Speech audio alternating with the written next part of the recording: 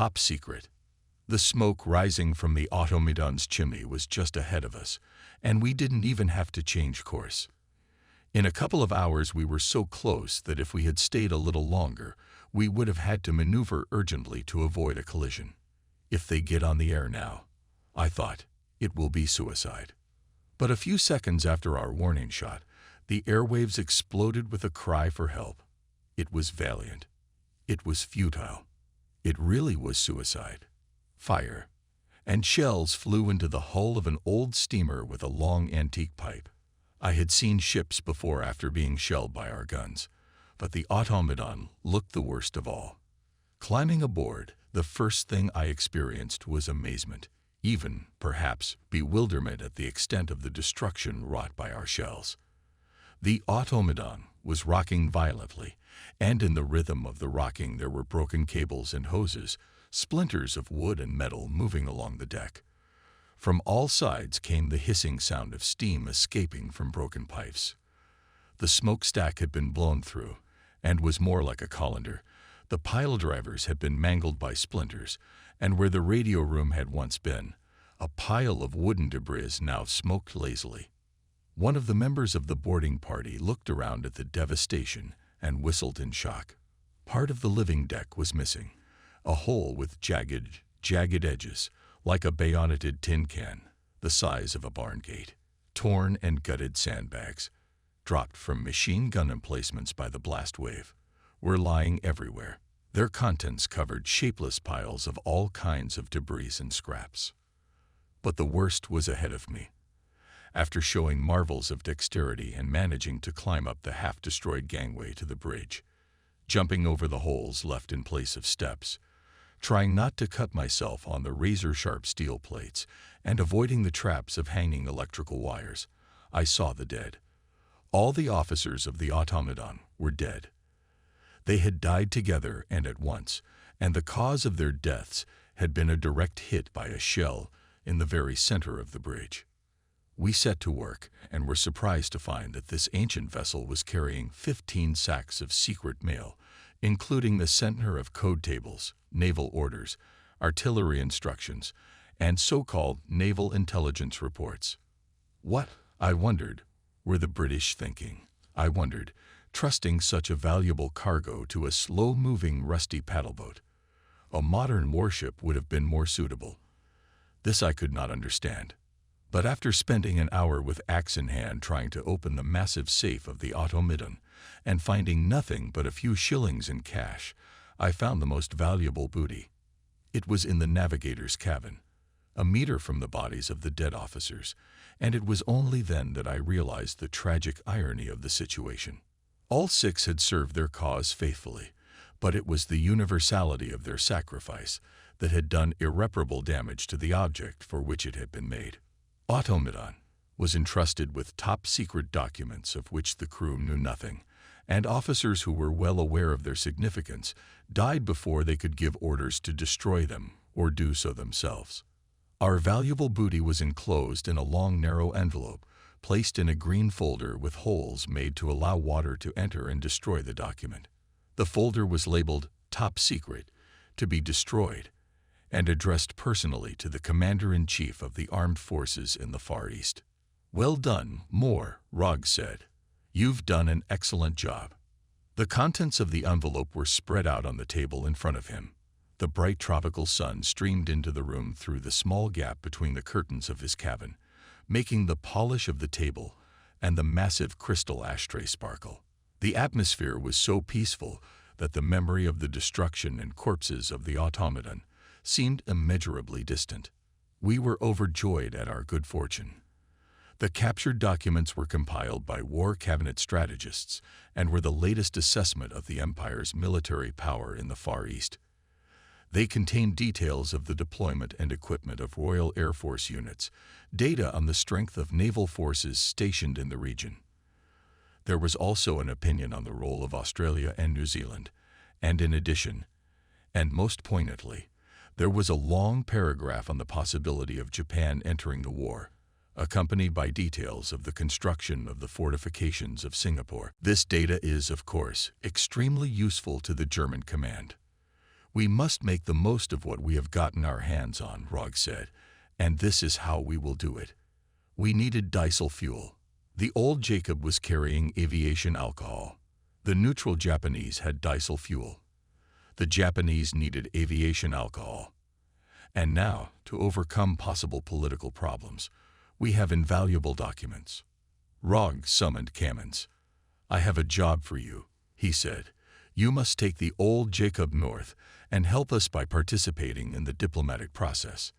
In the crowded harbor of Yokohama, the crew of the dry cargo ship watched the slow movements of the Norwegian tanker. The anchor was dropped, customs formalities were completed, and tenders and dinghies with people began to leave the tanker one by one towards the shore. Well, invite the observers, Norwegians do not waste time, not like some people. A few hours after the arrival of the tanker again raised the anchor, but only after the return from leave sailors, who had a lot of fun in the city's bars and other hot spots. The whole story became known. The Norwegian tanker turned out to be the long-lost old Jacob, captured by the Germans. It had come into port only to be put ashore by the former crew, and again departed to an unknown destination. Old Jacob also left something else ashore besides the 2 released crews and a package of documents for the German naval attaché. One of the officers of the Atlantis also came ashore, who, together with the documents, was to be transferred to Berlin. Would you say that getting a man to Germany, surrounded by a ring of enemies, was much more difficult than just putting an envelope in a bag of diplomatic mail? Not at all. The journey of Kamens, unexpectedly summoned to Berlin for a conference, was simple enough. Indeed, what could be simpler? First on a neutral Japanese ship to Vladivostok, then with the help of the Russians, who had yet to become allies of the British, on the Trans-Siberian Railroad to Germany. 1. And home. Kamens savored every minute of it. It was a most interesting journey, he told us later, and the means of transportation were certainly more suitable than those that brought him back. The fact is that when our traveling navigator rejoined us aboard Atlantis, it was only after a 16,000-mile submarine voyage that the Germans were no longer persona grata with the commissars. The Barbarossa plan had begun. While Kamens was enjoying life in the compartment of a Soviet train, an example of political and economic gain was demonstrated in a lost corner of the Pacific Ocean, off the distant Caroline Islands. There the Atlantis stood quietly, taking on board the diesel fuel it needed, while off the Mariana Islands the process of transferring aviation alcohol from the old Jacob to the Japanese was underway. The exchange was made. Rog said, "This is a miniature copy of Roosevelt's policy toward Britain." And one young officer cheerfully remarked, "These Japanese are very enterprising fellows. I remember reading a book about how, during the last war in Qingdao, there was a disapproving silence. Still, some people have an amazing ability to say the wrong thing at the wrong time.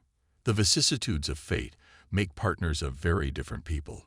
Success provided for Germany 1940, others equally strange. Comet, the 5th and last ship of our so-called first wave of raiders, appeared on the Pacific communications.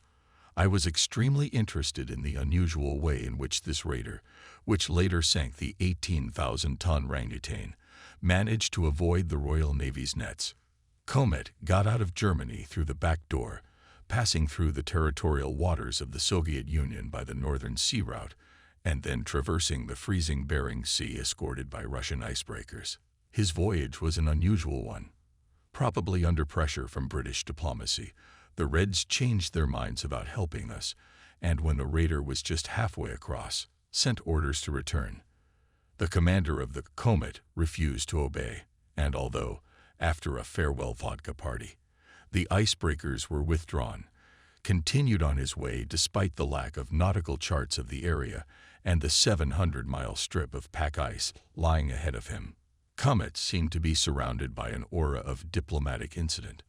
Once he disguised himself so well as a Japanese and took refuge among 4 Japanese vessels that the captain of one of them even intended to protest. Later, off Nauru, he distinguished himself by first beeping Christmas greetings ashore and then, After inviting people to take refuge in a safe place, opened fire on phosphate mines. The spectacle was quite spectacular, but unfortunately had a negative effect on the eastern end of the axis. The mines were controlled by the Japanese.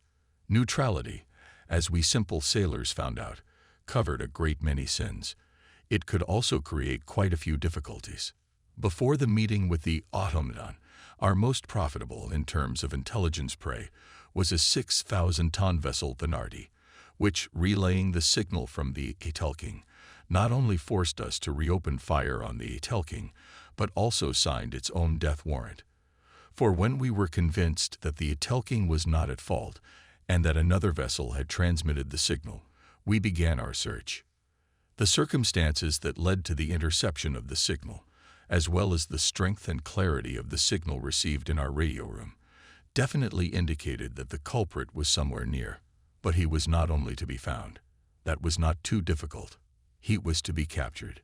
It must have been manned by intelligent people, but realizing that they were putting themselves in danger, they continued to do their duty, sending out the R signal every minute. The ship was going somewhere ahead of us. It even seemed to me that Atlantis' luck had changed after all. Before we could catch up with it, darkness would fall. We won't be able to make a move until dawn, but by then the ship will be too close to shore for us to feel safe. Rog pondered aloud about the potential enemy. I suppose there's a native crew. Apparently so, Mr. Captain, I answered. I wondered why he was suddenly interested in the color of the enemy's skin. Rog turned to Bulla, the pilot of the seaplane. Will you be able to fly close enough, so to speak, to walk on the tube? Of course, Mr. Captain, Bulla replied, but there may be unforeseen accidents. Very well, Rog smiled contentedly, ignoring the word about contingencies. Then the Arado has a chance to grab some glory. If we can't get the Englishman with shells, we'll take him with panic. Scare away the colored boys on deck. The plan worked. As the seaplane dived almost vertically straight for Bernardi's stern, his gunner fired one shot into the water in front of him. And that was the end of it. The effect of the Arado's appearance was quite impressive. When the plane went on her second run, a crowd of Chinese and Indians, obeying only the instinct of self-preservation, were already thrashing about the deck. A few British officers could not restrain the panic-stricken mass of people. The rest proved to be a matter of technique. Our new booty was carrying a very valuable military cargo: 1,000 tons of lead, 100 tons of zinc, and 400 tons of tungsten. The latter was worth its weight in gold in Germany, but it was packed so inconveniently that we were able to transfer only a very small amount of it to the Atlantis. Now we were in grave danger. The airwaves were full of signals. Nevertheless, Rog said, we were able to deprive the enemy of valuable cargo, and that is also a great success. Unlike the doctor, who received a prize of several hundred Manila cigars made in the East and almost died trying to get used to them, my men were primarily interested in the correspondence carried on the ship. For the most part it was very useful to us, but even from that which turned out to be useless, I learned many curious things. It turns out that the British take no less time than we do in the war against bureaucracy. Every sore leg of the elephant, Bamang, is reported to the London office, and to get a thermometer from the naval depot in Rangoon, it is necessary to make 23 copies of the document for issue. Our capture of the Bernardi may well be classed as a classic of the genre. Such operations are pleasant to remember because their success is not marred by bloodshed. The chance to carry them out is extremely rare, let alone achieve complete success. For the destruction of the Automedon, Japanese awarded Rog's skillfully made samurai sword, the delivery of which, however, somewhat delayed. It was awarded 18 months after the carnage, 18 months after the fall of Singapore. Land. It floated out of the gloom like a gray ghost ship out of a dark, raging sea.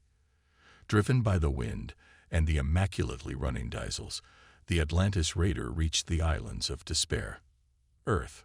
The scream was immediately carried away by the wind. A dreary gray dawn was dawning. The awakened sailors stretched out on deck. A long, dark stretch of reef stretched out before us. Illuminated by the first, still pale rays of the rising sun, they seemed like grim monsters poking their ugly heads out of the water. The heavy clouds floated slow and low, almost touching the ground. Sometimes they parted, revealing the black conical peaks of a giant mountain range. The waves crashing against the ship's hull created clouds of fine spray that settled on our frozen cheeks, got under our clothes, dripped into our boots, and pretty soon we felt as if our feet were in a puddle of ice.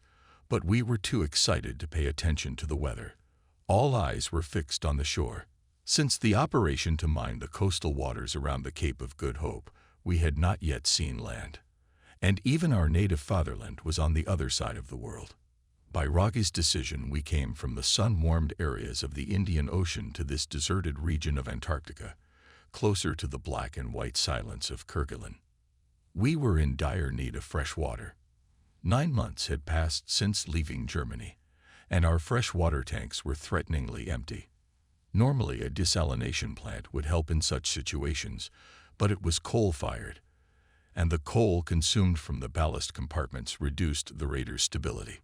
Water was everywhere, but not a drop of potable water could be found in 28 million square miles of the Indian Ocean.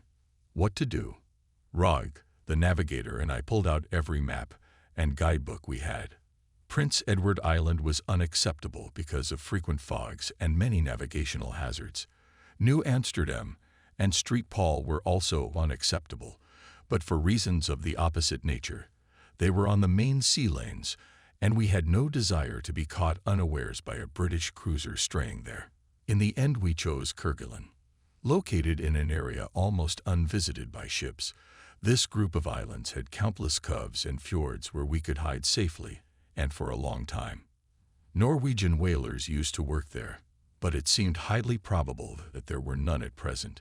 Besides, thanks to the German ship Gazelle, we had detailed maps of this region. So, in early December, on the first Sunday of Christmas Lent, on a hot and humid afternoon, we changed course and turned south.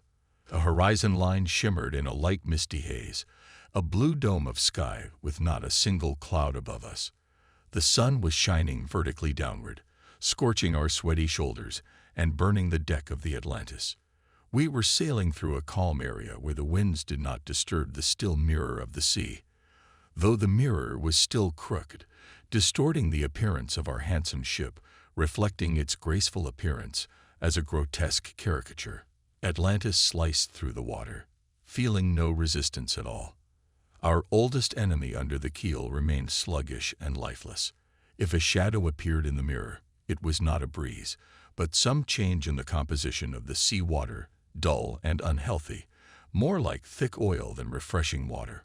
I wondered if the hull of the ship was still stained with the viscous substance that was only misleadingly called water. This was the scene when Rogge, after prayer, spoke to the crew about the upcoming crossing. We had the good fortune to see the land again, to feel its delightful hardness under our feet, and to enjoy a new portion of fresh, cool air. Fresh air. As we traveled south, the temperature began to drop. Each new day was colder than the previous one. Soon we forgot all about the tropical summer and plunged into the midst of winter itself. Leather coats and jackets, some of them trophies of war, changed our appearance beyond recognition. The weather was changing, and with it the landscape around us was changing. Huge dark columns of rain squalls moved leisurely over the jagged crests of the waves, as jagged as the waves in the Artless Symphony. The wind, now usually westerly, grew stronger by the hour. It began with a pleasant breeze, which gradually intensified, changed to a light breeze, and finally rumbled, howled in every way, performing a mad concerto in which Atlantis also became an instrument, contributing his voice to the general dissonance of waves and wind. We approached the roaring Forties, the land of storms admired by schoolboys and memorialized by old sea wolves with some a malicious and some a romantic word. It didn't take us long to realize. Everything we had read or heard about the area was true. All the winds of the earth seemed to be circling around our masts, as if seeking to draw the ship into a gigantic catastrophic whirlpool. With every hour, The sea grew darker and the sky heavier. The clouds raced across the sky at an unbelievable cruising speed, and our ship rhythmically climbed another giant ridge and collapsed from there into the bottomless abyss, after which everything was repeated again. The wounded were streaming into the infirmary. Having felt on my own skin the joys of the turbulence, I realized that in the stories of old sailors who had been in these latitudes, not so much exaggeration. As the Atlantis rose, fell, and swayed, I was thrown out of my bunk, dragged across the cabin, knocked against a closet, then dragged across the floor again and knocked against the bunk. The drawers flew out of the dresser like shells from a cannon, throwing out all their contents, so that pretty soon my cabin looked like a dry goods store after a raid. But it was useless to clean up, for everything was instantly back to normal. In this sea of violence, the bunks, and heavy sea bunks at that, were turned around and torn from the powerful hooks on which they hung. To educate the crew, I posted on the bulletin board daily another chapter of a thriller called The Facts About Kerguelen. Unfortunately, the facts could not please anyone. The islands were named after an incorrigible optimist, Frenchman Yves José de Kerguelen-Tremarec. This frigate commander decided that he had discovered Australia, and was so happy that, without going ashore, he hurried back to France to assemble a full-scale expedition. In the Bastille, where he was being held after the failure of the costly project, he came up with another name for his brainchild, the Island of Despair. The next visitor was more fortunate. He was Captain Cook, and from 1776 to 1873, whalers and seal hunters fished here. They used the island as a resting place on voyages that lasted up to 3 years. But except for whalers, hunters, and the occasional visiting warships of all nations, the islands remained uninhabited until a certain Mr. Bossier, who probably had a lot of money and little common sense, decided to raise sheep here. For this purpose, he leased a considerable piece of territory from the French government. A few years later, he returned to France, having lost his health and wealth, but never having raised sheep. This was the paradise we came to, an unfriendly shore washed by icy waters and covered with a dense shroud of fog. Even the ship did not like it here. It creaked and groaned pitifully. At 9 o'clock in the morning, the ship sounded the battle alarm. Even if the island was uninhabited, it was not worth the risk, and we aimed our guns at the shore. Gradually, the low ridge became more clearly visible, a menacing, unattractive pile of black rocks. Its gloomy garb was slightly enlivened only by rare flecks of gray, other geological rocks, and green patches of moss. But as we watched what a couple of weeks ago had been just a dot on the map, and now had become a dull succession of sullen peaks and monotonous plains, our souls soared and our hearts filled with joy. Even the lifeless islands were dear to our hearts. This was land after all. The flow of orders, the tinkling of the machine telegraph. And at last, rattling the chain, the anchor collapsed into the water with a loud splash. For the first time in 250 days. Ahead was a narrow bottleneck, the entrance to the sheltered anchorage where we were going to settle. This shelter was called Gesellhafen, after the name of the German ship that had surveyed it. On the starboard side stretched a low promontory. We knew that somewhere beyond it there had once been a settlement of whalers and hunters, and Rogg feared that the British might have reoccupied it by setting up an observation post and radio station. So I was appointed head of a detachment that was to go ashore and reconnoiter the area behind the cape. If there really was a British radio station there, I was ordered to capture it suddenly, without giving the enemy a chance to tell the world of our arrival. We wore civilian clothes, for we pretended to be ordinary harmless fishermen, and for the sake of plausibility we prepared a captured Norwegian bellboat for going ashore. In it we disguised automatic rifles. It was easy to get them, but it was impossible to notice them from the shore. And under our clothes we hid pistols and hand grenades. We expected that such camouflage would help us to get close enough to the enemy, if, of course, there was one on the island. Rogg wished us luck, and we headed for the shore. The sea water was calm, but not in temperature or color, reminiscent of a Pacific lagoon. As we approached, we scrutinized the shore, looking intently at the gray rocks, blocks of granite, and gentle hillsides. Suddenly, the chief petty officer grabbed me by the shoulder and hissed directly into my ear. "Something is moving ashore." There was no turning back. We quickly started the engine and raced toward the shore at top speed, waiting every minute for the firing to begin. That would mean that the war had reached these distant latitudes as well. But nothing happened. We rounded the cape and saw a small open valley with 4 or 5 huts standing at the foot of a hill. The huts were situated some distance from the rocks, were well lighted, and seemed absolutely lifeless. One of the huts was equipped with a veranda, which was absolutely inappropriate in these conditions, as if someone had brought a Swiss chalet to Antarctica. Then we noticed a figure moving uncertainly along the water's edge, and obviously watching our approach. It was definitely that something moving on the shore. The sailor sitting in the bow of the wellboat drew his automatic rifle and pointed it at the strange figure. Nothing happened. "This may sound crazy," said the petty officer helmsman, "but I think this guy is drunk. Or crazy." We continued to watch. The tension was building. But then the drunk, or crazy, was illuminated by the sun, and everything became clear at once. It was a magnificent specimen of a sea lion. We returned the machine guns to their hiding place in the bottom of the boat. And then we reached shore. Just reached the shore. I don't think that's a very good expression. We jumped and ran and danced like children. We touched the frozen ground and smelled it.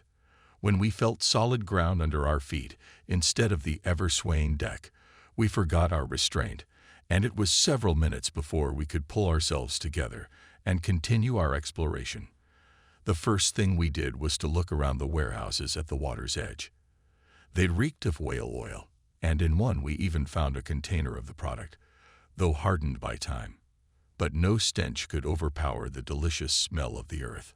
I could not imagine that a person, who for so long felt only the salty smell of the sea, could inhale this unique and incomparable aroma with such pleasure. Here even insignificant trifles, like the rusty hinges on the creaking shabby doors, took on an unusual importance. They reminded us of a distant home, of flowering gardens, of the housework that awaits our return. We moved along the narrow path toward the houses. A small brook was babbling nearby, and wisps of stiff brown grass could be seen between the rocks. We were surrounded by mountains so high that they seemed to rest their peaks against the sky. We were approaching a house with a veranda. It was larger than the others, the size of a small hotel. As we opened the door, we saw a long room. There was a stove, a table, and 2 chairs. An old-fashioned lamp hung from the ceiling. In this secluded 19th-century dwelling, we were surprised to find a 1936 calendar hanging on the wall with a picture of scantily clad maidens. The date of November 8 was circled. The calendar was printed in Madagascar. After paying moderate attention to the blonde winking invitingly from the wall, we proceeded to search the cabinets near the wall. But alas, all the bottles found there were empty. Having examined them, a serious challenge for thirsty people, we confirmed our guesses about the nationality of the island's visitors. Less tempting, though of greater scientific interest, was another find, half a loaf of bread, which, as far as I could judge, due to the peculiarities of the climate, was quite suitable for food. This could not but surprise me, because the literature says that in such conditions mice and rats should actively breed. Through the windows we could see the remains of wire fences, monuments to poor Mr. Bossier's recklessness, enclosing the cattle pen where sheep once bleated pitifully for food. Then we entered the bedroom. Before us was a gigantic old-fashioned bed with brass cones, the lonely Mr. Bossier. Next to his bed, however, was a second, almost identical bed.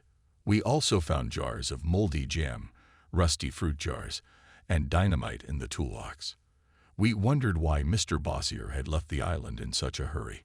On reflection, we concluded that the ship had probably arrived unexpectedly, and he had not even been given time to pack. In the pigsty, we found another curious phenomenon, resulting from the island climate: 2 dead mummified pigs. We went around the rest of the buildings, after which we reported to Atlantis that the settlement was uninhabited, and there was no trace of the British. Rogg ordered us to return. On board, our party was literally attacked by comrades eager to hear the story of the adventures ashore, and I went with Rogg to his cabin, where he shared his thoughts on our future plans. The main task was to get the Atlantis into a harbor that had never before been entered by such large ships. From our present anchorage to the harbor led a narrow channel about 150 meters wide. It was decided to send dinghies to make measurements and set buoys. The reports of the sailors who performed these tasks seemed to us very satisfactory. The depth was mostly over 20 meters, and they marked a channel about 30 meters wide. "We will enter the harbor with the morning tide," Rogg decided.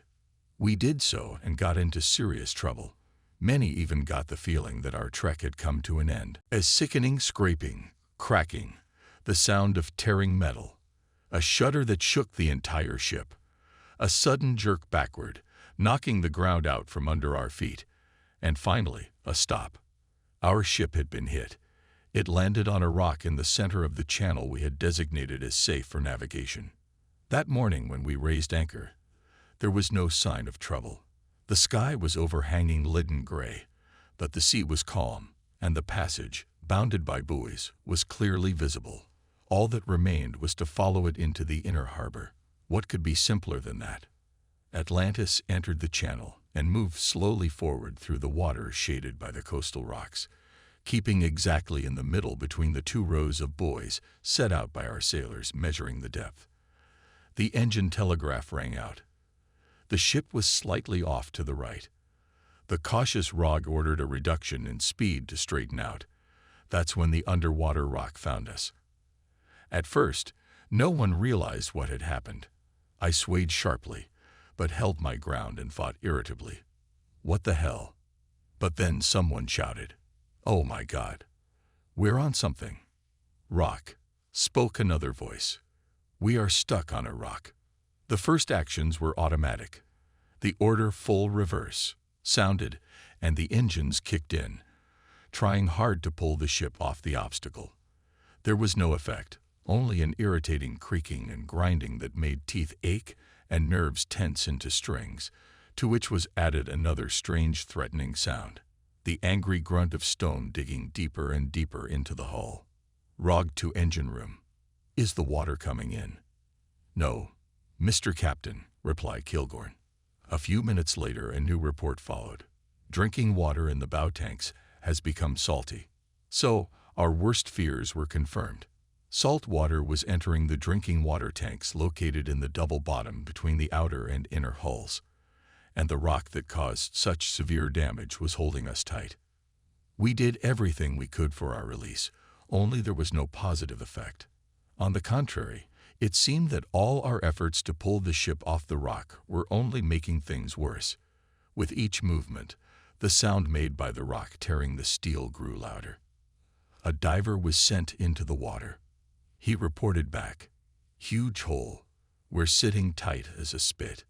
Quite an apt comparison. A 1.5-meter wide granite needle stuck into the Atlantis hull, driving the paravane spire 3 meters inside, damaging the forepeak and outer plating. "It's no use," said the diver. "There's no point in trying." We got cold. The measurement showed that the depth on the starboard side was 60 feet. On the left, too. The rock hook, positioned exactly in the center of the channel, had torn the steel insides of our ship. But Rogg had not given up hope. He decided that he had to see everything with his own eyes, and insisted on his own participation in the next dive, although he had never done so before.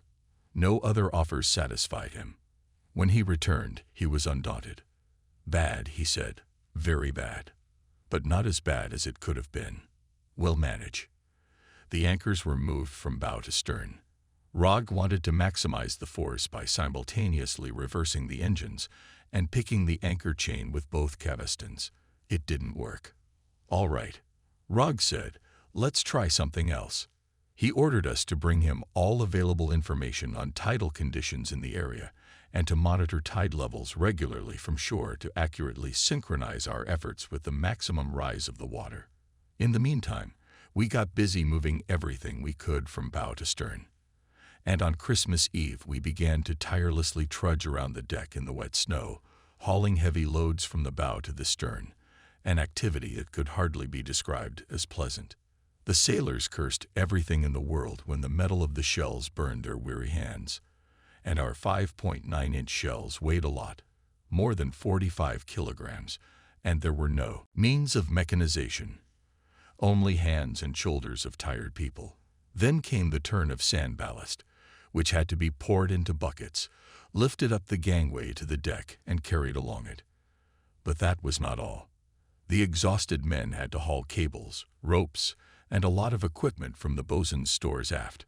The air rang with swearing and cursing as the men carried heavy parts, bags, crates, and coils of rope by hand, exhausted from fatigue. As the work came to an end, some of the young men had to be pushed around, using vocabulary and techniques from the old sailing fleet. The task was completed. Everything that could be moved from bow to stern was moved. The moment of maximum tide had arrived. We decided to try our luck.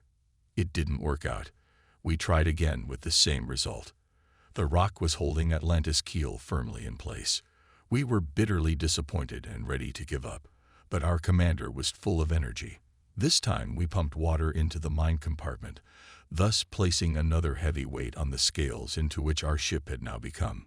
But even 3,000 tons of water didn't help us move off that damn rock. The officers gathered for a meeting. One of us suggested we pump out the fuel. The captain disagreed. That would, he explained, result in the loss of thousands of tons of valuable diesel fuel and could render us unable to operate indefinitely. But what else could be done? Dynamite. The suggestion, of course, came from Feller. We should try to blow up the rock. We immediately rejected Feller's idea, believing that an explosion would damage the ship more than the rock. Then several other less spectacular proposals were put forward, also not accepted, and we parted without coming to any decision. We agreed to meet again in the morning. A few hours later, standing on the bridge, I looked longingly at the place of our forced anchorage, thinking over and over again what would happen next. All available alternatives seemed equally unappealing. We could spend the time remaining until the end of the war either living a miserable existence on Kerguelen or in a prisoner of war camp. Of course, there was the possibility of being picked up by a fellow raider, but even that was no consolation. I shuddered as I imagined the humiliation this rescue would bring to Rog.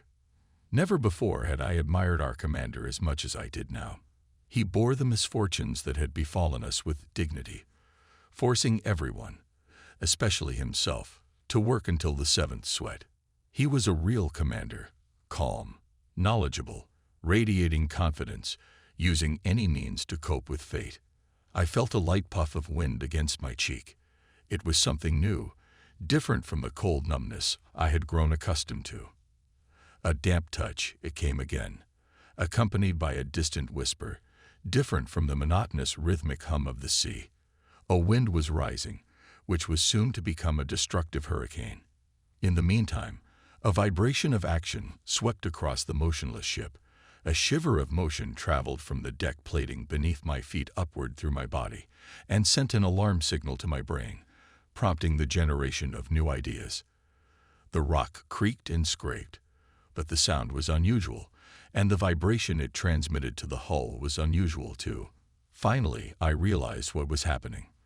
The wind, rapidly gaining strength, was pushing Atlantis to the right, and our ship was swinging on the rock like a door on its hinges. On the one hand, this did not bode well, because the constant friction of metal against granite could increase the breach, but on the other hand, there was a chance for salvation. I contacted Rog, who had just before retired to his quarters for a little rest after the hardships of the day, and explained what was going on. "All right," he said. "I'll be right there."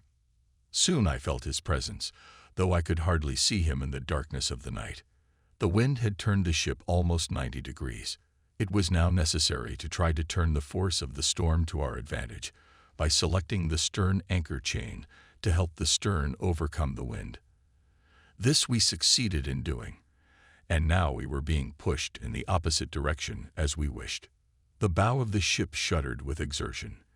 There was a sound of tearing metal. The ship rocked, then another, followed by another loud sound, a jolt, and Atlantis slid off the rock. Free, but how long would that freedom last? We were on a ship with a single propeller, drifting sideways in a narrowness only not much wider than the length of the hull. The ship was damaged, weather-beaten, and we, the ship's masters, could not even see the shore, only a shapeless dark mass against a slightly lighter sky. And on the left side of the ship, the same threatening, razor-sharp granite needle was waiting for us, ready to pierce into the hull again. Despite the hellish cold, I felt myself sweating profusely. Sweat trickled down my body from head to toe. Rog was giving orders. Our eyes to rely on were the two men with lots, who had taken up positions fore and aft of the ship. They succeeded with no small difficulty in shouting over the howling of the wind. 10 fathoms, 8 fathoms, 6 fathoms, full ahead. The clanking of the machine telegraph merged into one constant sound. We tried desperately to avoid another collision by turning upwind. In less than 4 hours I had transmitted over 200 orders to the engine room. It was only then that we finally broke out of the trap into the open bay.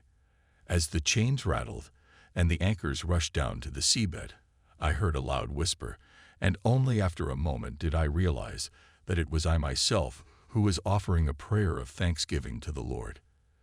At that time, a dark figure came up on the bridge and a cold, indifferent voice sounded, "Is everything all right?"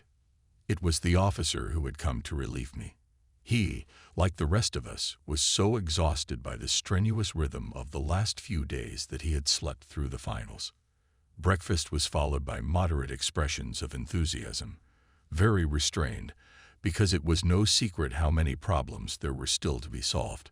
First of all, it was necessary to figure out how, being in such a desolate area, to patch the breach in the hull. The feeling of despondency that seemed to envelop these islands affected us as well. We had a premonition of tragedy to come, and we were not mistaken. In the ice-wind-blown desert solitude of Kerguelen lies the southernmost grave of the German soldier. In winter, it is bounded by glistening blue ice. In summer, it is shrouded in mists and watered by rain.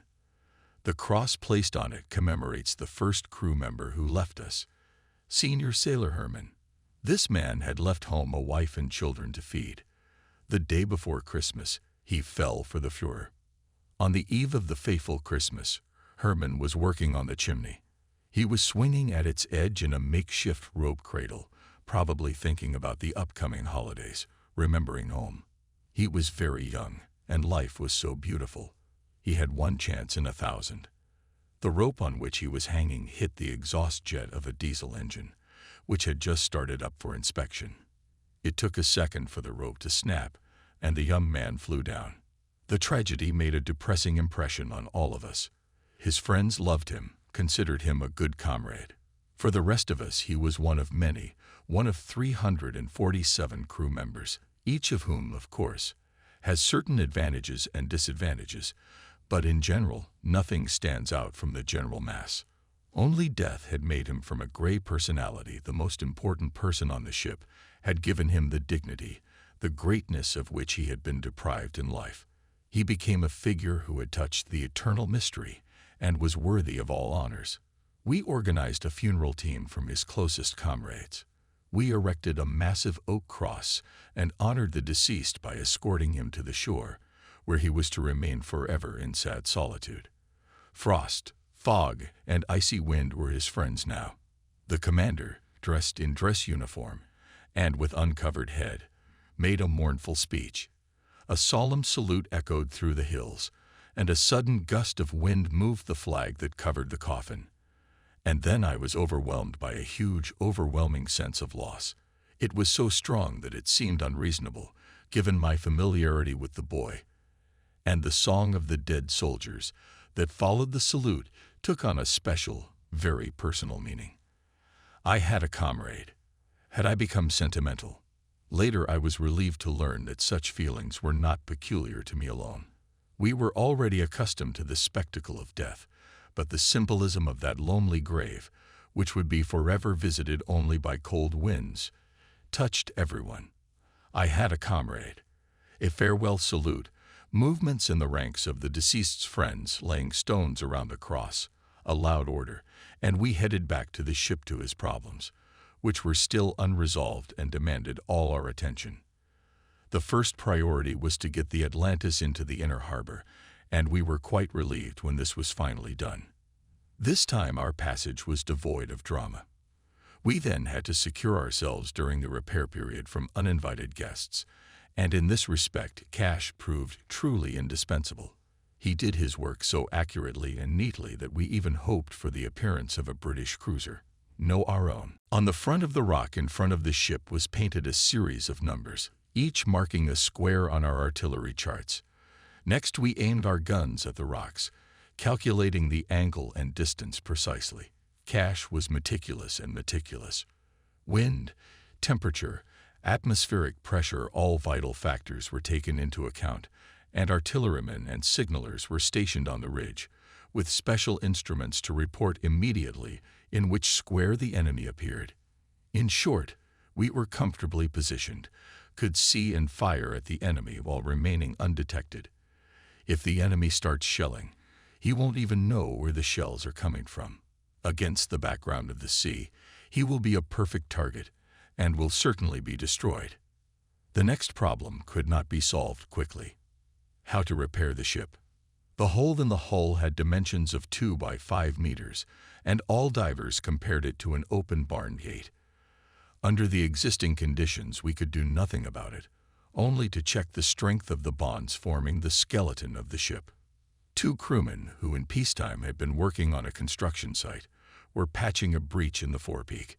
They were lowered into a compartment where cement, sand, and tiles were loaded. A large basket of food supplies was handed to them. Then the hatch was closed and compressed air was pumped in to force the water out, making the leak dry and accessible. For 2 days, these men were in voluntary confinement, waiting for the mortar to harden and be able to withstand the pressure of the overboard water. The job was done to a high standard. Problems. A sea of problems. I wonder if they will ever end. We sent men equipped with the latest model underwater gas cutters underwater to remove the torn, jagged metal around the paravane shaft. But they didn't work, and all our attempts to revive them failed. It was quite a sensitive blow. How else could these heavy, deformed pieces of steel be cut out? "There is one thing left," said Rogge. "The divers must attach chains to them, and we will pull with anchor winches until they break off." I don't remember a slower and more tedious job. The divers would spend whole days in icy water, manually drilling holes in the plates, inserting earrings into them to which they would attach the chains. Then we began to wind the chains very slowly on the winches, and gradually the metal broke. By the time the work was finished, these unfortunate men, who were initially suspected of exaggerating the danger in order to prolong our stay on the islands, had reached a state of complete exhaustion. The strain, fatigue, and cold had taken their toll. For a thorough examination of the inside of the double bottom, we had an engineer who loved unusual, or better yet, impossible tasks. He liked the problem to be framed in this way, for then he could prove that it was feasible, even easy, for him, and thus feel his superiority over the deck officers. Kilhorn was a round-faced, very practical Bavarian, a great lover of beer and of work that required being covered from head to toe with engine oil. The hatch leading to the double-bottom compartments was at this time covered by a pile of sand, several hundred tons. We'd mostly removed it when we were working on lightening the forward part of the ship, but there was still a lot left, and it had to be moved. Again the curses of the exhausted crew, and again the hard, exhausting labor. But then steel gleamed through the yellow sand, and soon the ring of screws on the hatch cover showed itself. But only the opening that gave the engineer access to the inside allowed the sea in. The seawater was pressing in from the outside. A challenge to Kilgorn's heart. "We'll build a caisson over the hatch," he said cheerfully, "and then we'll have easy access." For 2 days, hold number 1 became the center of mysterious technical activity. We heard only the hissing of blowtorches and the clanging of hammers. Every few hours, the captain was informed about the remaining oxygen. He did not like to see valuable material actively wasted. Otherwise, we would not know anything about the progress of the work at all. We were simply brushed aside. Of course, experts are working. But when we were finally allowed to evaluate the fruits of their labors, we were speechless with admiration. Magnificent. We saw a beautiful new structure 12 meters below, a kind of dog kennel made of steel, built over a hole, with exactly the same hole in the roof, a complex shelter equipped with air ducts and telephone communication. Nearby stood an engineer, raring to try it all out for himself. Kilgorn and his companion, who whispered so badly that he was a constant object of ridicule by the ship's wags, climbed in.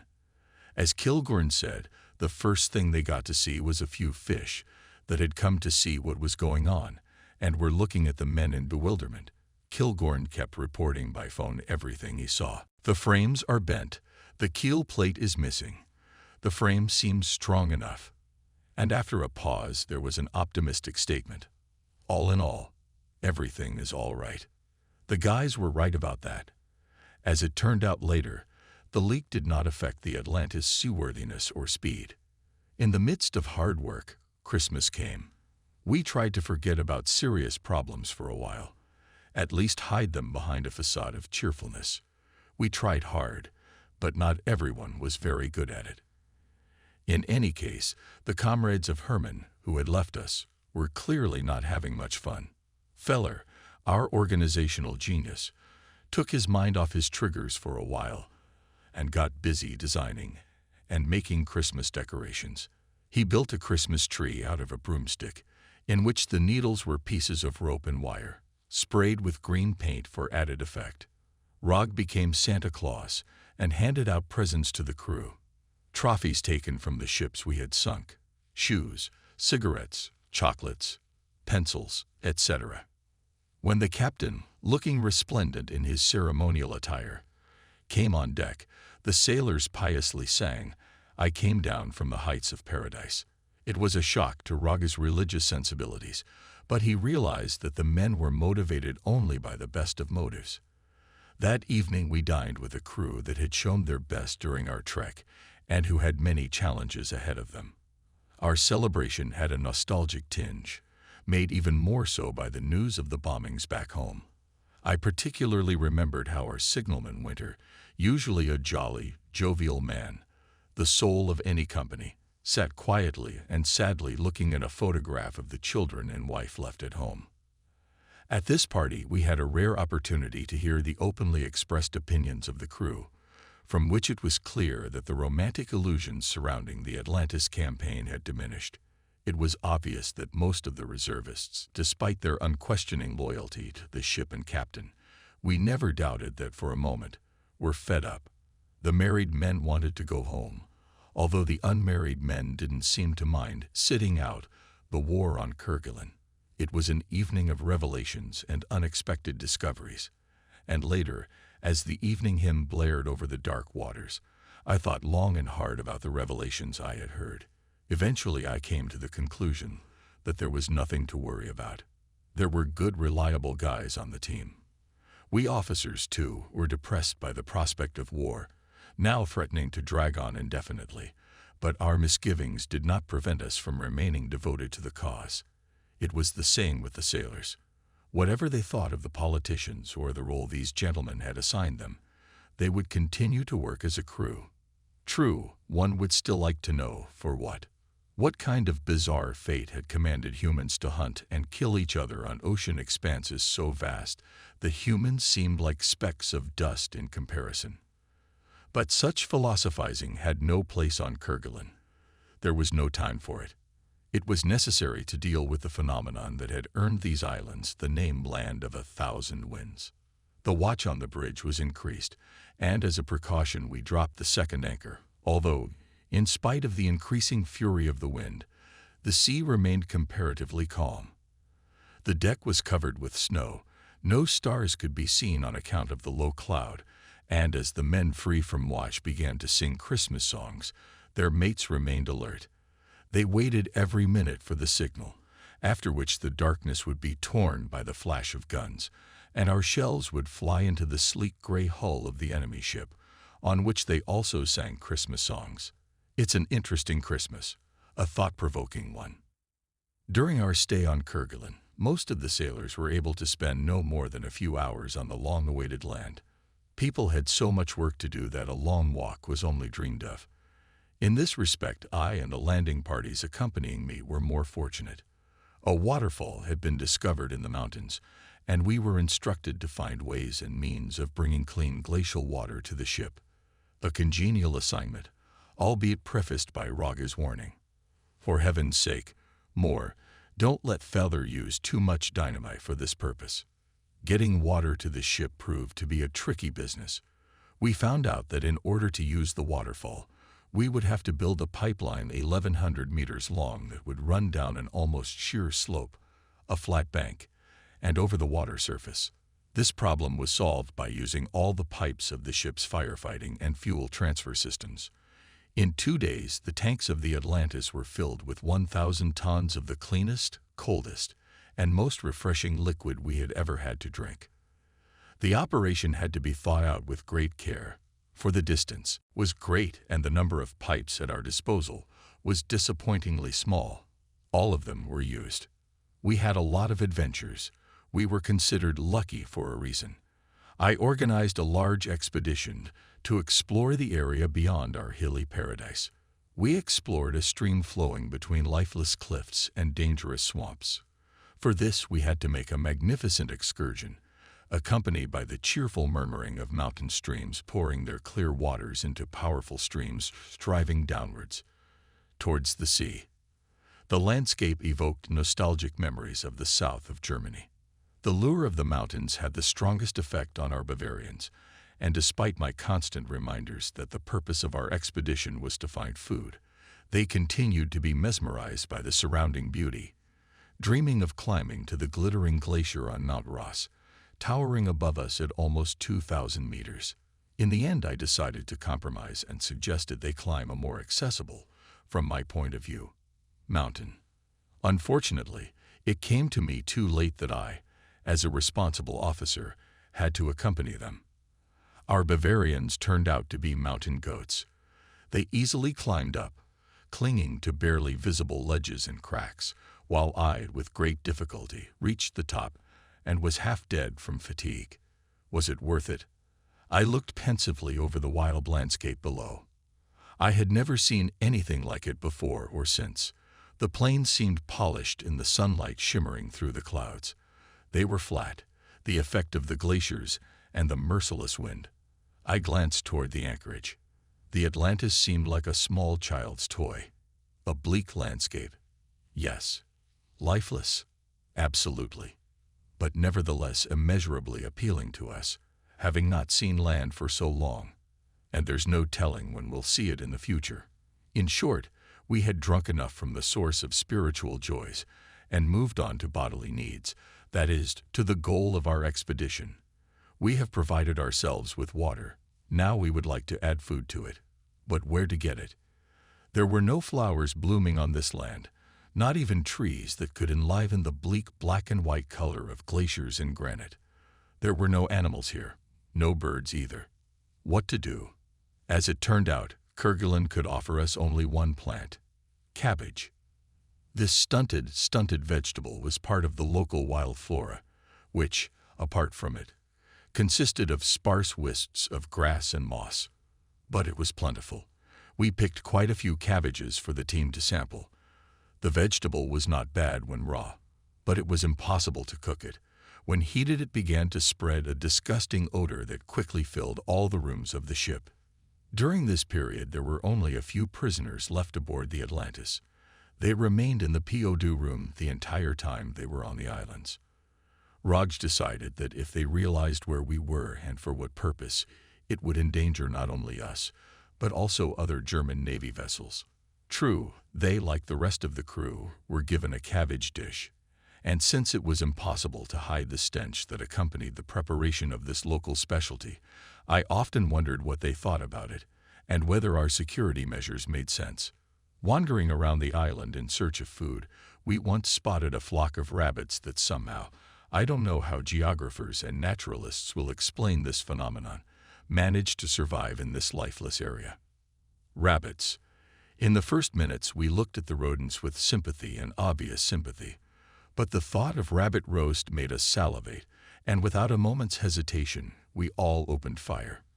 When the firing subsided, we went to collect the corpses of the fallen on the battlefield. But there were none, not a single one. By some miracle, every single rabbit had managed to slip away. The marksmen of the German Navy were shamed and sent back to the dinghies in disgrace. How Brother Rabbit must have laughed at our disgraceful retreat, who must have been watching us from his hiding place. Feller, however, was more fortunate. When he had brought his hunting rifle on board in Bremen, we had only marveled at his optimism, but now he had managed to shoot some ducks. That was very good. Of course, we had gotten used to shooting rabbits, but from then on our menu consisted of Kerguelen cabbage and curried rabbit, or, as a nice change, curried cabbage and rabbit. A lucky find was a large colony of mussels, and we spent many pleasant hours collecting these exquisite-tasting shellfish. Some of our amusements may have seemed childish, and they probably were. The doctor, for example, took a dashing ride on a sea lion. We enjoyed photographing penguins, and even caught one, though we had political rather than practical aims. Our captain had instructed that officers were to appear on the bridge only properly dressed. Whether we liked it or not, under all circumstances we had to wear a neat black bow tie, the mark of a German naval officer. So we presented the captain with a penguin, adorned with the prescribed tie wrapped around his fat neck. Rog thanked us for the gift, but ignored the hint. One day we decided to experiment with dynamite, of which there was quite a lot in abandoned warehouses on the island. We spent hours on end firing pistols and rifles at it, hiding behind a large boulder after each shot, but our hope for a big boo was never realized. Ferry the dog's experience on the island was extremely unfortunate, and was confined to only one occasion, after which he was infinitely happy to be back on board again. Once on shore, the little Scotch terrier began fussily sniffing for unfamiliar odors. He scurried around the shore and expressed his feelings with loud yapping. His euphoria lasted no more than 2 minutes. The troublemaker was attacked by a flock of seagulls, and with such fury that the boatswain had to rescue the baby and send him back on board to his master. Meanwhile, our seaplane was also busy with business. The pilots were making regular patrols in the skies above our remote refuge. They made observations to prevent the enemy from taking us by surprise, and at the same time studied the geography of the island. In particular, it was aerial reconnaissance that determined that the glaciers had slid down the slopes of Mount Ross, not the ridge to the southwest, as the island's less technically equipped explorers had previously claimed. Many other inaccuracies also surfaced, and in between we made a new topographic survey of the area, which will prove very useful to future visitors to the island. In general, we were not bored on the island, but I was glad when the repairs were completed, the anchors were raised, and we carefully moved through the unfortunate channel into the open bay. And in a few hours the Atlantis was already sailing in the open sea. Behind the stern there was an unfriendly shore, covered with a white roof of clouds. Soon it will turn into a vague dark spot against the sky and sea. On this shore, the body of our comrade and the cross with his name remained forever. Work awaited us again. A few days passed, and we were again under the scorching rays of the hot tropical sun. At the end of January, we began operations in the Seychelles area, northeast of Madagascar. We began the pursuit of the British dry cargo ship Mandsaur, which we managed to defeat only with the help of pilots. Through the periscope of the German submarine U-43, the steamer on the horizon looked 100% British. There was no doubt about it.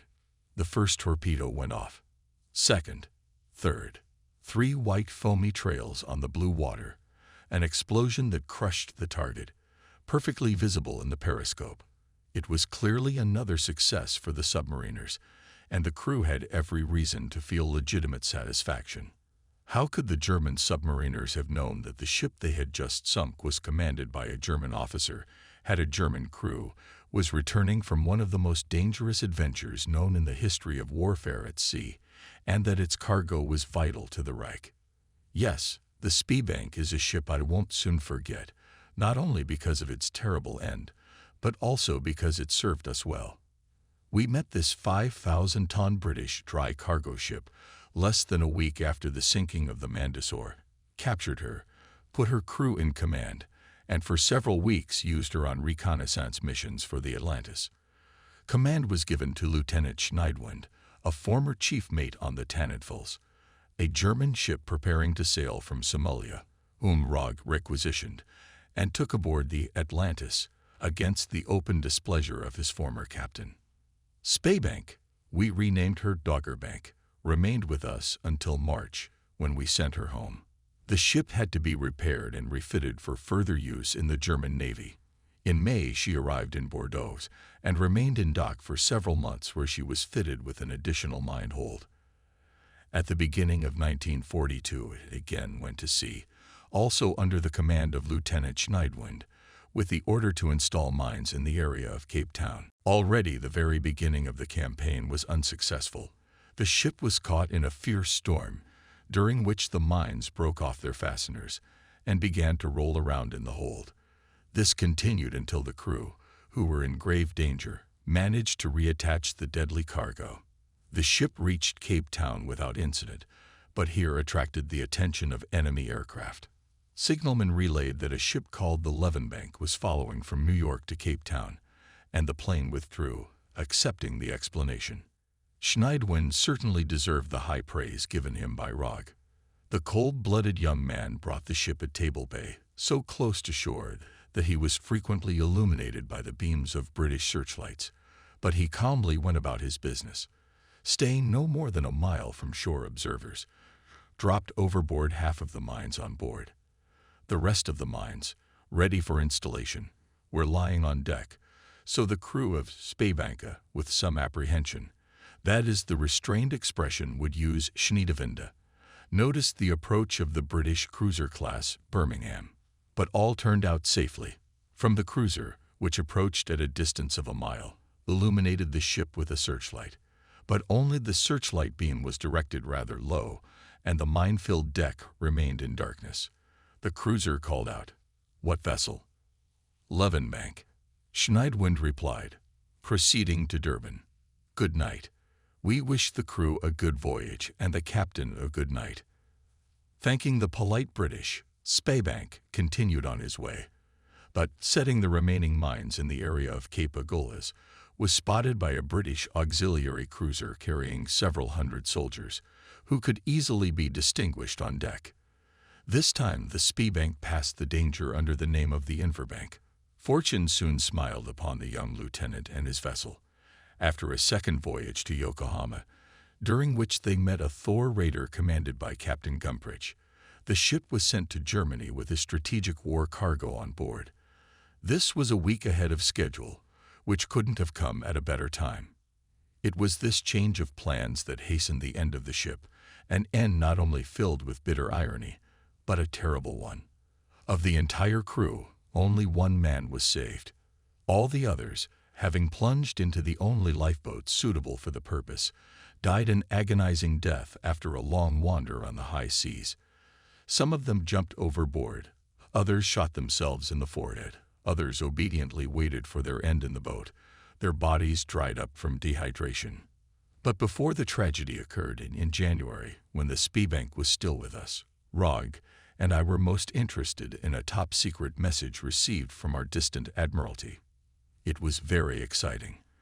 The pocket battleship Scheer, whose first trip to sea was marked by the famous incident with the auxiliary cruiser Jervis Bay, is back at sea. Moreover, it is very near, and we will have an opportunity to see the German warship and talk to compatriots outside our narrow circle. So far only Rogge and I knew of the forthcoming rendezvous, and in conversations among ourselves repeatedly mentioned that they would like to mark such an occasion with another victory. They say desire is the father of thought, and in our case it turned out to be the father of action. On November 2, we spotted the fast Norwegian tanker Keki Brevik, a tanker. And just at the moment when both we and Scheer and the Italians in Somalia desperately need fuel, we decided to attack at night. Rog was particularly concerned with complete surprise. By this time, in an effort to avoid unnecessary bloodshed, we had installed a rather ingenious system of searchlights by which, on order, our ship was brightly illuminated and the inscription became clearly visible. Halt. Do not use the radio. We knew, of course, that the Admiralty insists that captains, no matter what the circumstances, radio to signal a raider attack, or at least make such an attempt. But in the case of the Keti Brevik, we had reason to take the risk of a more humane approach. A single hit would be enough to ignite the tanker's cargo, turning it into a bonfire in which its entire crew would roast. We'll only get a charred hull as a trophy. Do not fire on the ship, Rog instructed. We'll try to make do with a sign and a warning shot. Lights. And in a moment our deck, hitherto safely hidden by the cover of night darkness, was flooded with light like a sports arena during an international rally. Gun number 1. Fire. There was the rattle of a shot, the whistle of a shell, and the furious shriek of an artillery officer. Dan, idiot. You've hit the chimney. A cloud of vapor rose above the Keti Brevik. The vessel stopped with commendable rapidity. For a few seconds, we anxiously awaited the appearance of tongues of flame, but for some inexplicable reason there were none. Dinghy overboard. As I gave the order, I regretted for the umpteenth time that the war had entrusted me with such an occupation. A good job, I thought as we approached the wrecked tanker. To climb on a ship where even an accidentally thrown match can cause tragedy, and to try to save a ship which one of us has turned into a death trap. Apparently, I was not the only one who had doubts about the safety of the Keti Brevik. The frequent splashing of water off the side of the ship testified to the rapidity with which the Chinese crew was leaving the vessel. As I climbed on deck, I saw a Chinese man emerge from the darkness. "What is the name of the ship?" I asked. At the sight of me, his narrow oriental eyes became round with fright. With a cry of horror, he sprang to the side and leaped into the sea. I wonder, I thought, if I look such a fearsome monster that I must be escaped even in this unsafe way. Shrugging my shoulders, I grinned unhappily. Okay, then I'll figure out the answers to all the questions myself. Turning on my flashlight, I looked for the radio room, which I quickly found by the sign on the door. What kind of cargo was the Keti Brevik carrying? And is there any cargo at all? Maybe the ship was carrying ballast. I had to search the captain's cabin thoroughly. I finally found the cargo manifest. Well, things are even better than we'd hoped. The ship has 4,500 tons of diesel and 6,000 tons of other fuels. Back on the Atlantis with the Chinese who had been fished out of the water, we decided that the Keti Brevik had to be salvaged. So Feller and I headed back to return the frightened Easterners, by force if necessary, to their duties. A council of war was held aboard the tanker. Sitting around a table in the dark, the only source of light was a pocket flashlight. Feller, myself, the Norwegian captain, and the mechanic discussed the problems that had arisen. There were quite a few, because our bad shot had caused the pressure to drop in the boilers. We suggested adding water. It won't work. The Norwegian captain shook his head. We don't have hand pumps. Then how do you dilute the vapor on shore? It comes from the shore. That's original. We had nothing more to say. That's not the most original thing, the mechanic grinned, that we have on our ship. As it turned out later, he was not exaggerating. We had tried everything, but it seemed that there was no way of getting water into the boilers from the Keti Brevik's more than oddly designed tanks. It was necessary to consider how not to let out what little steam was left.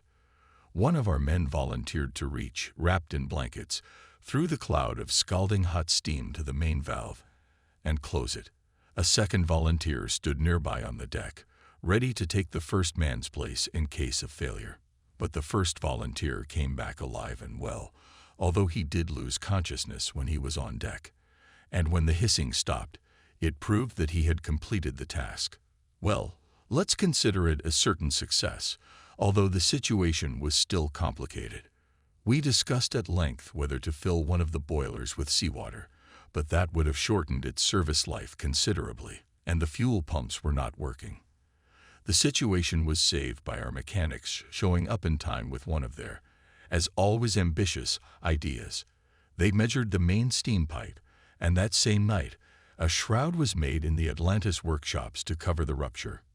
By dawn, the hole was patched. Now all that remained was to raise the steam pressure. But how? Felder took up the task and ordered to chop all the furniture on the tanker for firewood. The first revolutions of the Ketty Brevik were made thanks to the energy generated by tables, chairs, and chests of drawers. After that, I returned to the Atlantis, and we headed a convoy of 3 other ships, the Tannenfels, the Spiebank, and the Ketty Brevik, to the rendezvous point. Our rendezvous with the Sheer was unknown to the crew, and when the forward lookout shouted, "I see the masts," a mysterious light flashed in Rogge's eyes. Then word came that the ship we were heading for appeared to be a military ship. The men, as usual, took their seats according to their battle schedules. Rogge and I exchanged sly smiles as we both sensed the unspoken questions hanging in the air. What the devil? Why are we heading straight for a warship? Had the captain chosen this method of suicide? We continued to keep our comrades in the dark until the lookout reported 3 gun turrets fore and aft. This meant that we had one of our own in front of us. The crew of the Sheer was also surprised. Instead of the expected 1 vessel, 4 showed up for the rendezvous. We proudly displayed our prizes, then approached the starboard side of our big brother, feeling like slovenly merchants next to an armored knight. The weather had turned fierce. The wind had reached hurricane force. Huge waves tossed Atlantis like a child's toy. From the Sheer sent a sympathetic message that they quite understand the impossibility of our arrival on board until the weather improves. But Rogge was a stubborn man and immediately replied, "I will still arrive." He was sure that the Norwegian Velboats were superior to the commanding boat of a pocket battleship, but even if they were not, we would still get to the Sheer, even if we had to swim. Good thing we didn't have to resort to extreme measures after all. After skillful maneuvering, as the waves were as big as a house, we still found ourselves on the deck of the Big Brother. The crossing was not pleasant, however, and just as I prepared to climb up on the deck of the battleship, our boat crashed into a hollow between the waves, and the damned ship chose that very moment to follow her. A good party was made for us, but the storm was so violent. It was the storm, not the cordial hospitality of the naval sailors, that when it was time to return I stayed on the Sheer. At the critical moment, Rogge was able to jump into the Velboat, and I fell behind, losing my chance to return. Although it was much more comfortable here, I was very much concerned that the Atlantis might for some reason suddenly leave, and I would be left behind. But it all worked out. We made a joint passage southward to calmer waters, where we were able to spend our time in all pleasantness. Some of the petty officers and sailors from the Atlantis had been invited to the Sheer, and were able to experience the deepest satisfaction in showing off to the newcomers of the battleship's crew. They were real veterans compared to the salaried men who had seen the sea for the first time 3 months before. We also exchanged gifts, quite generous, for they cost us nothing. From our trophies, we provided each member of the Sheer team with a fountain pen. Later, we had reason to regret our generosity. A few years later, we were surprised to learn that Sheer had taken the trophies himself. The reciprocal gift caused us some confusion. Before rendezvousing with us, Sheer captured the English refrigerator Duquesa with a cargo of eggs. There were literally millions of them. We were allotted 150,000 of them. For 2 weeks, each crew member and each prisoner. None of them had seen fresh eggs for many months. 8. We counted specially. from 6 to 12 pieces a day. We ate boiled eggs, fried eggs, and scrambled eggs. We enjoyed all kinds of omelettes and Scotch eggs. When we got tired of eggs in every conceivable form, there were still a few thousand of them left. They partially began to spoil and gave off an unbearable stench. So no one was sorry when finally they were ordered to be thrown overboard. The fuel from our last prize was given to the shear, the tannidfuls, and us. Its supply seemed inexhaustible. Later, while in this remote area of the Indian Ocean, we embarked on a most serious job, transferring fuel to Italian submarines. This was an interesting assignment for us, because we had not yet had the opportunity to get to know the Southern Allies, unless you count the occasional shipment of prisoners to Somalia. From what we saw, we had the impression, later confirmed, that the skill and spirit of the Italian crew depended entirely on their commander. Many of the Italian submarine commanders were experienced and brave men, but in general it seemed to us that the senior officers of the Italian Navy lacked what Americans call know-how. In addition, we were shocked at the width and depth of the social gulf that separated officers and crew. As a rule, the Italian officer lived in the best conditions the environment could afford, but the sailors existed in truly bestial conditions and on a starvation diet. The lack of general enthusiasm is therefore hardly surprising. Meanwhile, when we received urgent orders to secure the bunkering of the submarine Perla, bound from Massawa, we hurried to the rendezvous, driven by curiosity, and arrived at the rendezvous point at 33rd degree south latitude, right on schedule. No submarine was there. With legitimate frustration, we waited. Rog grumbled, and our patience gradually wore thin. Then, in violation of all the rules of radio silence, we received a radiogram from the submarine, in which the Italians wondered why they are forced to wait. The submarine was at 33 degrees latitude. We picked her up easily, but so could any British cruiser prowling in the immediate vicinity. He could have caught us both, and then trying to show solidarity with a country at the southern end of the Axis would have been very costly to Germany. However, we safely loaded 7 tons of lubricating oil on the Perla that should have been enough for her for a long time. But her commander, after praising our amazing success, had the nerve to demand another 70,000 cigarettes. We said goodbye to the shear with regret. Such feelings can be felt by people who know that each new day may be their last, saying goodbye to their compatriots and doubting whether they will ever see each other again. We felt more alone than we had before we met the pocket battleship. Compared to the steel decks of the shear, its powerful gun turrets, the Atlantis seemed small and somehow not serious. It was as if the battleship brought us a message from the almost forgotten Kiel with all its pleasantries. But as Caymans, the old merchant seaman, said, "It is so stiflingly hot on these steel ships. You must agree that our Atlantis is much more comfortable." We are only now beginning to realize how widespread the raiding activity has become and how difficult it is to organize it on such a huge scale. We heard news of our victories, of how our colleague, the Penguin, had taken over the entire Norwegian Antarctic whaling fleet. Penguin long pursued his prey, watched the fleet scattered over a vast space, staying out of sight, until he found the location of the floating fish factory. The rest was a matter of technique. Approach the fish factory, seize it, find out the secret code, call the unsuspecting whalers one by one, and seize them. You say there's no trickery involved. There might be. But this seizure was of the utmost importance to the country, and unlike so many sordid pages of the war, was without a single casualty. This episode is all the more remarkable because the entire fleet was subsequently withdrawn to occupied France and arrived there safe and sound. Penguin inflicted heavy damage on the enemy and came close to the record of sunk tonnage set by us. He was the only raider to succeed. If we had known that he had only 3 months left. We also heard about the losses, among which was the only Italian auxiliary cruiser that went to sea.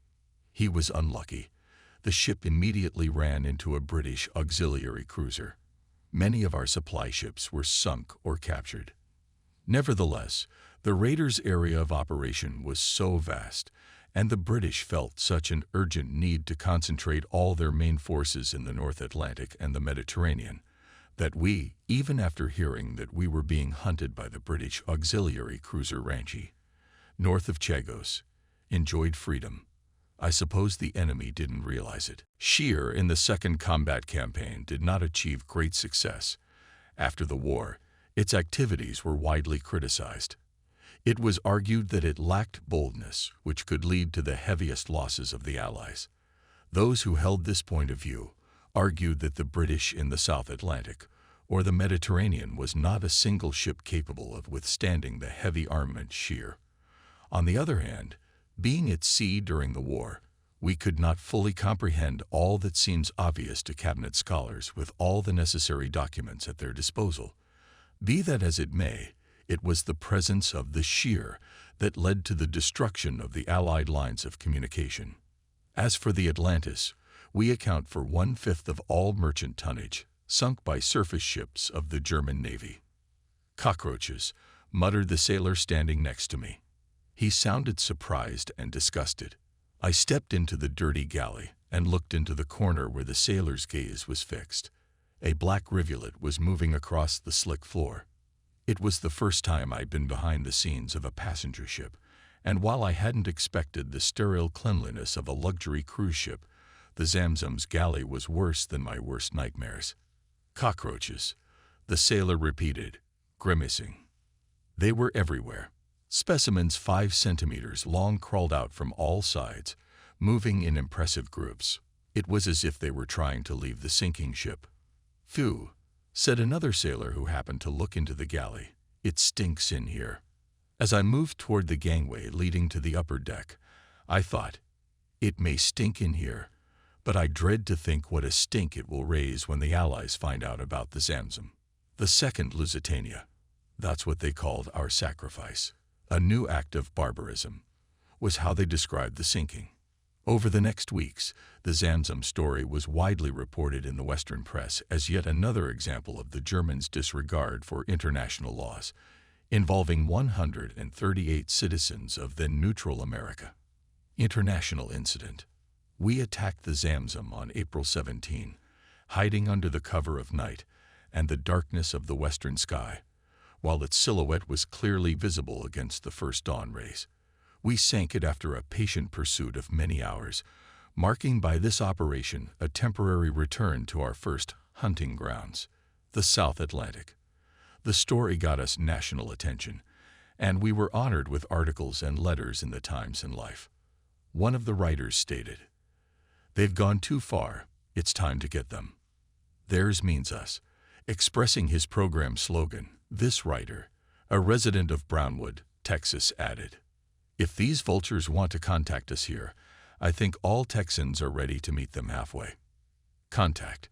The actual story of the sinking of that damned Egyptian vessel was truly fantastic and was the result of coincidence.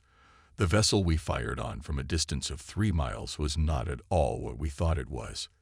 Zamzam was the victim of a coincidence, a chance coincidence. To make sense of it, one has to go back to the peaceful year 1937 to Rog's friendly visit to England. It was a royal summer and royal events. Rog, who was representing Germany in a 6-meter Yap regatta held during the coronation festivities of King George VI, was enjoying himself. England was welcoming German teams with great hospitality. How different, he thought, was the situation in 1937 from that in Anglo-German relations a few years earlier. And when he saw an advertising poster welcoming German yachtsmen to Torbay, he begged it from a newspaper vendor as a souvenir.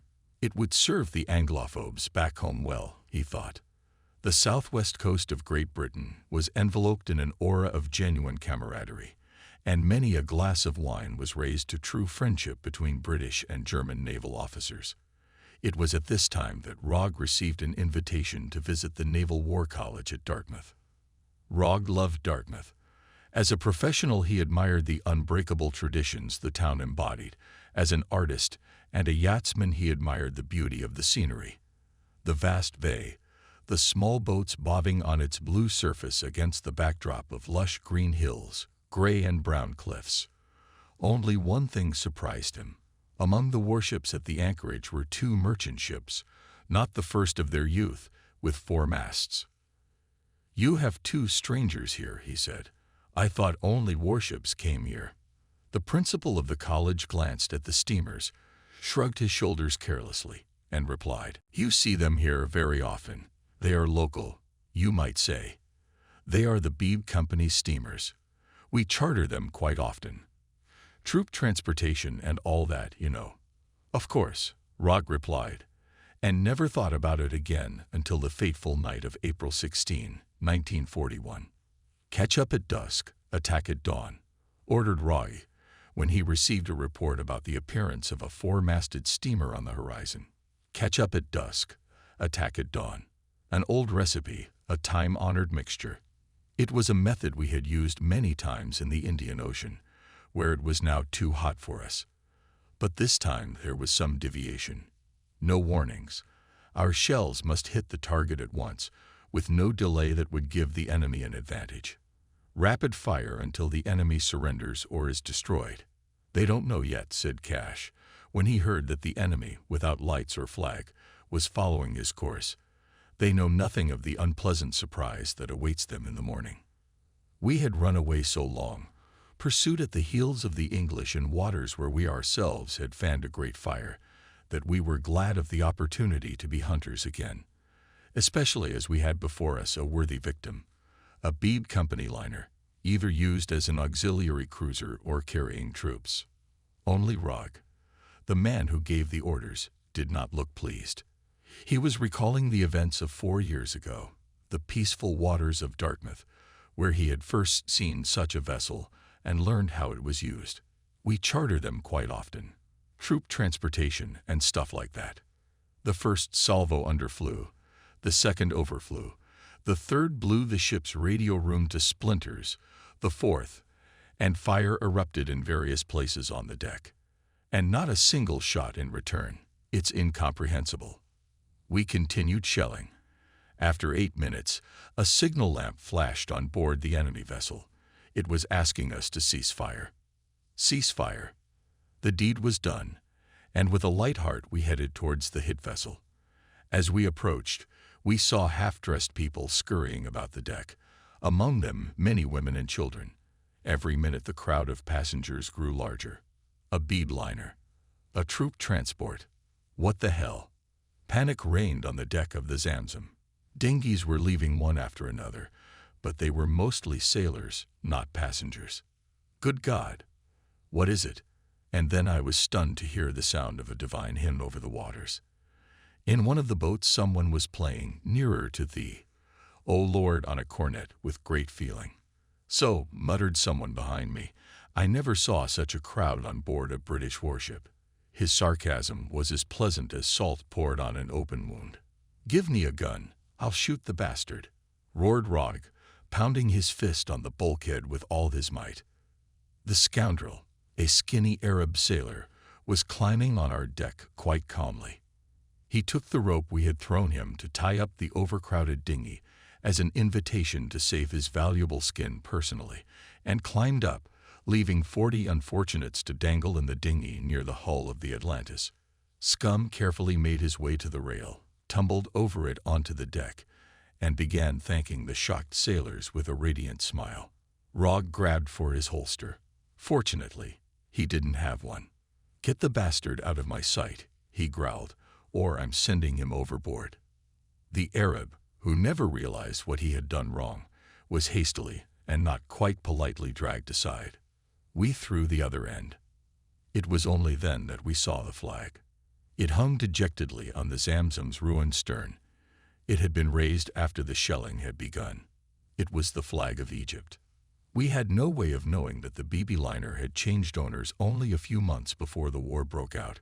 Britain had sold it to Egypt, and now it was carrying 320 passengers, mostly women and children, instead of the expected troops. In the water around the Zamzam floated people, men and women, desperately fighting for life. Among them, we noticed a woman cradling a baby. The Egyptian crew was in such a hurry to get away from the ship that the woman was forced to jump and fell into the water between the dinghy and the sinking ship. But even after that, the sailors did not consider it their duty to pick her and her child up and continued to row away with enthusiasm. Only a few minutes later, she was picked up by an American corpsman on a raft. The lifeboats were for the most part half empty, the result of panic among the crew. Passengers who did not get help had to help each other. The Americans, 20 young volunteers on their way to de Gaulle's French Field Hospital, performed well. They rescued women and children, pulling them out of the water onto drifting rafts until a rescue operation could be organized. One of the priests made a disgusting spectacle of it. Having taken care to save his own skin, he began to broadcast loudly, apparently deciding in this way to take care of raising the morale of the community. "This is God's punishment for your sins," thought the other clergymen. There were many missionaries on board the Zamzam, tried their best to calm the sobbing women and children, who were in a state of severe shock. On the deck of the Zamzam, I was met by an elderly British captain. He was sullen and cold. "Why the hell didn't you signal earlier?" I asked. "What were you waiting for? Why bring it to this?" "Because," the officer grinned bitterly, "your third shot destroyed our signal lamp." He was still holding the torch with which he had managed to stop the shelling. Smith was one of the very few poised and cool-headed men on the ship, the other being the young Egyptian cadet who had not left the captain's side during the shelling. He remained unshakenly calm even afterward, when the rest of his countrymen besieged us with petitions demanding their release as representatives of a neutral country. Both on the bridge of the ship and in captivity, he stood by his captain. Until I met Smith, I had no idea what fish we had caught, but as he accompanied me on my inspection of the vessel, he made some explanations and initiated me into the substance of the problems we were about to encounter. The Zamzam carried more than 100 clergymen of 20 different denominations. Also on it were 76 women, 5 of them pregnant. Of the 35 children on board, some were little older than infants. Among the passengers were also an American sanitation crew, several elderly Britons, officers' wives, several highly photogenic Greek nurses, and 1 Frenchwoman. Smith, from what I understand, didn't have much trouble with the passengers. Before the Atlantis arrived, they were divided into 3 warring groups: the American missionaries who wanted the bar permanently closed, the American orderlies who demanded that it be open all the time, and the British who didn't mind it closing at 10:30 p.m. Many passengers showed up aboard Atlantis in their nightgowns and had not had time to bring anything with them. So Rogg sent me and Feller, handing us an axe instead of a key, to bring all the clothes we could from the Zamzam. I told Smith about it. He grinned wryly. "What a coincidence," he said. "I was just planning a costume party for the passengers. Nothing official, just wanted to cheer them up a little. Ironic, isn't it? Watch your backs." And a pile of women's underwear flew over the railing of the Atlantis. Helmsman Cross wolfed upward from the waiting boat and frowned as something lacy and silky fell on his head, but he tried to catch the light scraps nonetheless. "Careful," he wailed. "You must respect other people's property." At the same time, he deftly picked up a pink rag that the wind was about to throw into the water. I can't say we tried very hard to pack properly.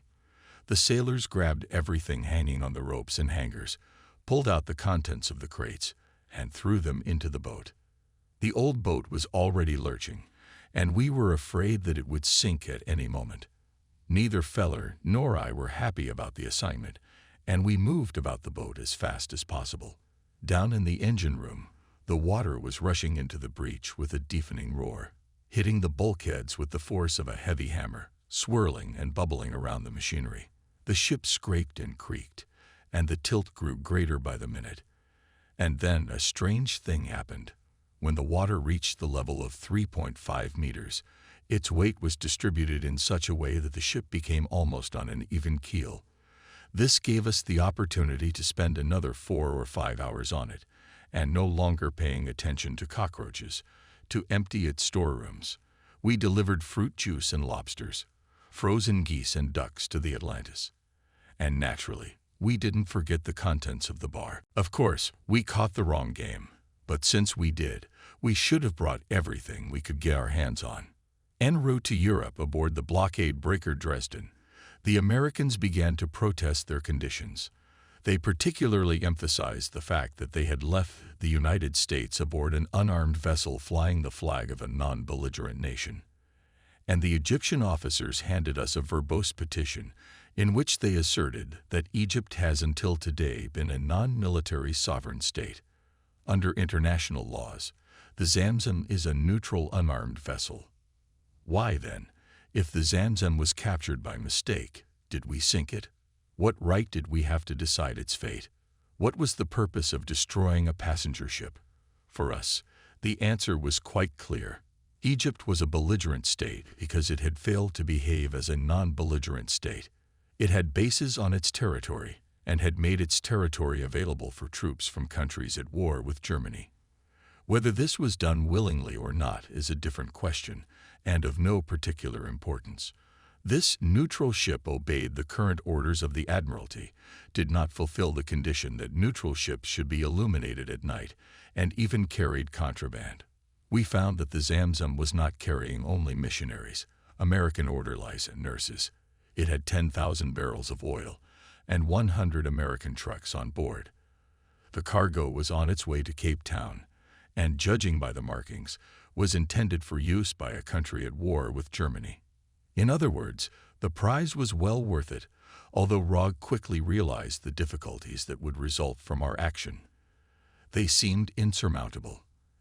An Egyptian ship was one thing, but American passengers were quite another, especially at a time when the United States administration was taking every opportunity to turn such situations to the advantage of its policy of supporting Great Britain.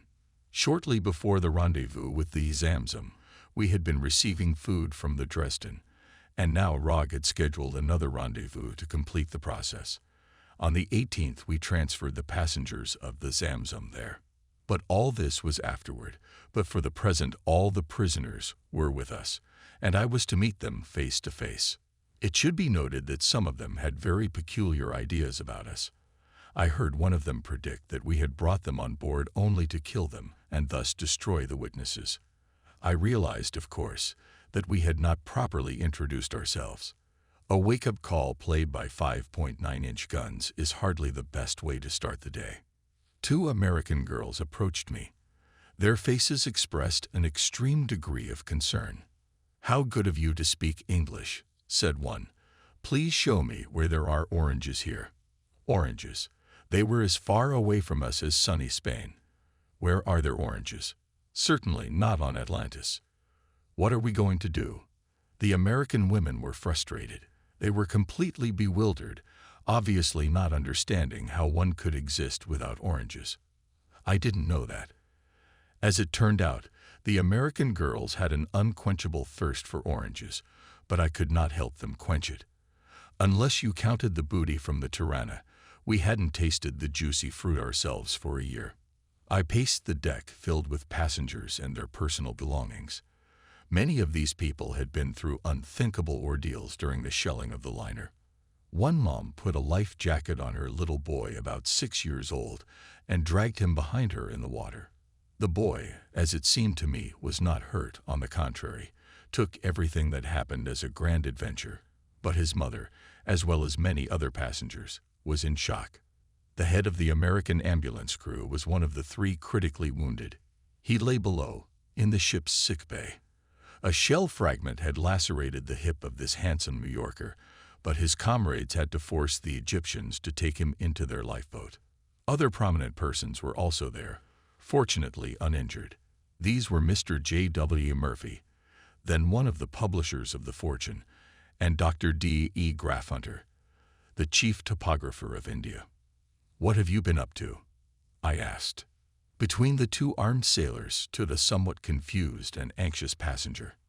"He was taking pictures," said one of the sailors, and handed me a camera as proof. "What is your name?" I asked. "Sherman. David Sherman." "Who are you?" He could have been a missionary, an orderly, or something else. The passenger smiled weakly. "I'm a photographer. I shoot for life. David Sherman, of course, Life's photo reporter. Being a not-so-skilled but diligent amateur, I was thrilled to see a talented professional at work. To the obvious displeasure of the sailors, the camera was ceremoniously returned to Sherman, and we both began shooting the final scenes of the sinking of our mistaken victim. The Zamzam went under quickly. It seemed to me that the vessel was glad to go to her eternal rest.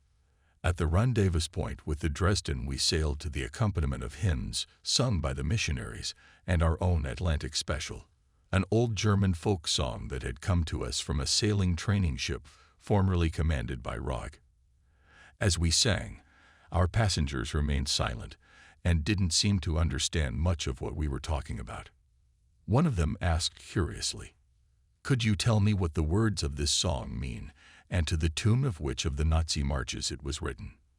And I solemnly repeated the meaningless rhymes. "Good evening, good night, offering roses, covered in carnations. Tomorrow morning, if the Lord wills, you'll wake up." The curious passenger listened to me very carefully and impatiently interrogated me. "Yes, I hear you, but what is meant here?" To be honest, I replied, "I have no idea." It was only much later, after long reflection, that I thought I understood the meaning, which was surprisingly accurate to our circumstances. Neither of us had noticed it before. Rog, realizing the effect the Zamzam incident would have in shaping American public opinion, repeated his promise that the passengers would either be transferred en route to a neutral ship or be disembarked at a neutral port. He had already anticipated the press reaction to our latest victory. But we did not have to keep our promise. 3 or 4 days after we parted company with the Dresden, a coded message was received from higher command, according to which, in violation of all previous instructions, the Dresden was ordered to proceed to occupied France. Rog was very angry over this sudden change of policy, foreseeing that his promise and his point of view, as recorded by me in the ship's log, would be the cause of severe reprimand for both of us. Whatever one's views on the military aspect of the problem, and the risk of using a supply ship, such as the Dresden, to take prisoners to a neutral port, I am still convinced that it would have been far better if we had kept our original promise, and even the risk of losing the Dresden to internment or blockade could have been considered justified. Even disregarding the humanitarian dimension of the problem, the fulfillment of the promise was dictated by practicality. By breaking our word, we incurred the contempt of all. We were therefore particularly anxious to learn of the fate of the Dresden, and were relieved to learn of its safe arrival in occupied France. Rog said, "Submariners rarely give themselves the trouble of figuring out what cargo an enemy vessel is carrying, and the mine, that one is generally blind." The journey home was quite unpleasant for the passengers of the Zamzama. It lasted 5 weeks, during which time they lived under starvation, in unsanitary conditions, and were subjected to disciplinary rules, which were compulsorily severe, because we could only spare half a dozen sailors to reinforce the crew of the Dresden, and they had to control the vastly outnumbered prisoners. Before the Dresden left, I gave Sherman a note addressed to the naval authorities asking, just in case they changed their position as to a neutral port of destination, to allow him to keep the photographs he had taken in my presence of the raider. They were perfectly innocuous.